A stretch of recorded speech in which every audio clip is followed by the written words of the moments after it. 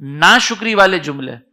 ہمارے پاس تو کچھ ہے ہی نہیں، ہمارے تو پیسے ہی نہیں بچتے، ہمارا تو مہینہ جیسے ہی شروع ہوتا ہے تو ایسا لگتا ہے کہ مہینہ آتے ہی پیسے خرچ ہو گئے. یہ جملے ناشکری والے ہیں. اگر آپ اس کے مقابلے میں شکر گزاری والے جملے ادا کریں، اگر آپ یہ کہنے کی بجائے کہ یار میرے پاس تو پیسے ہی نہیں بچتے، یہ جملہ کہنے کی بجائے آپ کہیں کہ اللہ کا شکر ہے کہ میری ضرورتیں اللہ تعالیٰ نے اتنا دی ہے کہ ضرورتیں پوری ہو جاتی ہیں، تو یہ اللہ کا بڑا کرم ہے. بات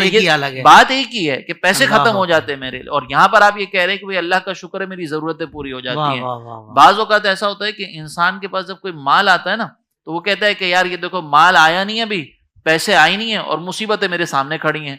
یہ سوچنے کی بجائے اگر ہم یہ سوچیں کہ یار اللہ کا شکر ہے کہ یہ مصیبت آنے سے پہلے اللہ نے مال دے دیا تو اس مصیبت میں میرے یہ کام میں سہارا آ گیا. تو اگر آپ شکر گزاری والے جملے کہیں گے تو اس سے دو فائدے ہوں گے. ایک تو آپ کو دنیا میں یہ فائدہ ملے گا کہ آپ ذہنی طور پر سکون میں رہیں گے، اور دوسرا اللہ تبارک و تعالیٰ نے فرمایا کہ لئن شکرتم لازیدنکم، کہ اگر تم موجودہ نعمتوں پر شکر گزاری کرو گے تو میں تمہیں مزید دوں گا. یہ ہمارے جملے ہی ہیں کہ ہم نے اس جملے کو کس پیرائے میں کہنا ہے، یہ ہمارے جملے ہی ہوتے ہیں سارے. پھر دوسرا میں بطور خاص جو ہے وہ ان لوگوں سے بات ذکر کروں گا، آپ تبلیغ دین کرتے ہوئے سامنے والے کو یہ نہ سمجھیں کہ سامنے والا تو 100% جہنمی ہے. اس طرح کے جملے استعمال کرنے کی بجائے آپ یہ کہیں کہ دیکھیں آپ ماشاءاللہ مسلمان ہیں، اسلام سے آپ کا تعلق ہے، تو کیا ہی اچھا ہو کہ آپ نماز بھی پابندی سے پڑھیں تو ہم دونوں بھائی ساتھ جنت میں جائیں.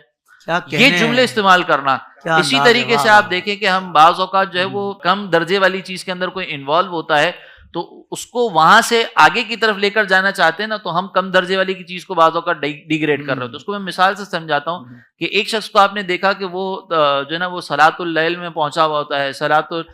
جو ہمارے یہاں پہ صلاۃ التسبیح کی نماز پڑھی جاتی ہے اس میں پہنچا ہوا ہوتا ہے، لیکن آپ کو پتا ہے کہ ابھی یہ جمعے کی نماز ہو رہی ہوگی تو اس میں سب سے آخری صف میں پہنچا ہوگا، خطبہ اس نے نہیں سنا ہوگا، فجر کی نماز میں یہ غائب ہوگا. تو اس کو آپ اگر یہ جملہ کہیں گے نا بھائی تمہارا صلاۃ التسبیح پڑھنے کا فائدہ کیا، یہ جملہ کہیں گے تو ہو سکتا ہے کہ وہ صلاۃ التسبیح بھی چھوڑ دے اور اس عمل کی طرف بھی نہ ہے. لیکن اگر آپ اس کے مقابلے میں یہ جملہ کہیں کہ یار ماشاءاللہ آپ صلاۃ التسبیح بھی پڑھتے ہو، تو اس کا مطلب آپ کے دل میں رب کی محبت تو ہے. تو اب رب کی محبت یہ کامل طور پر آپ کو حاصل کرنی ہے نا تو فرض نمازیں پڑھو، اس سے زیادہ اچھی محبت آپ کو حاصل ہوگی. تو یہ کم از کم صلاۃ التسبیح نہیں چھوڑے گا، امید رہے گی کہ یہ صلاۃ التسبیح سے آگے بڑھ کر فرض نمازوں کی طرف آ جائے گا. اگر کوئی شخص قرآن آپ کے سامنے، تو آپ کو کبھی زندگی میں اس نے ترجمہ کے ساتھ پڑھتے ہوئے قرآن نظر نہیں آیا، رمضان کے اندر وہ 3 مرتبہ 4 مرتبہ قرآن پاک مکمل کر رہے ہیں لیکن کبھی قرآن سمجھ کے نہیں پڑھا، اگر آپ اس کو یہ کہیں گے نا کہ تمہارے قرآن پڑھنے کا فائدہ کیا، اس سے بہتر تو تم ترجمہ اور تفسیر پڑھ لو.